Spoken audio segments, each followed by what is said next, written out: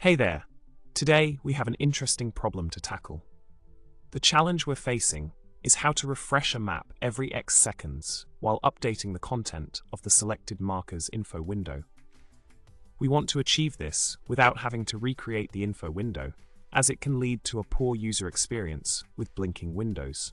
The struggle lies in updating the info window data without constantly recreating it, especially when the marker data changes.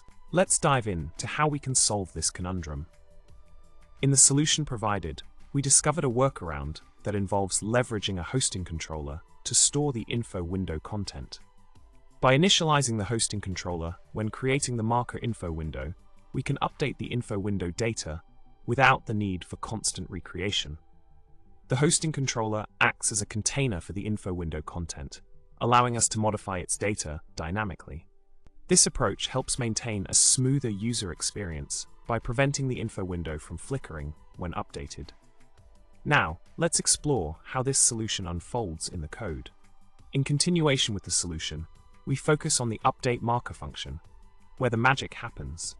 By utilizing the hosting controller's root view property, we can seamlessly update the info window data for the selected marker.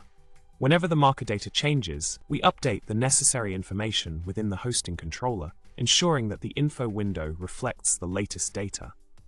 This method streamlines the process of refreshing the map and keeping the info window up to date without disrupting the user experience. With this approach, we strike a balance between functionality and user satisfaction.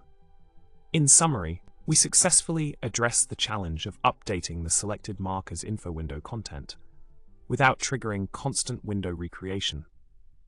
By utilizing a hosting controller to store and update the info window data, we achieved a seamless and efficient solution. This approach enhances the user experience by eliminating the annoying blinking effect that occurs when recreating the info window. Thanks for tuning in, and remember to subscribe, like, and leave a comment below. Until next time, happy coding!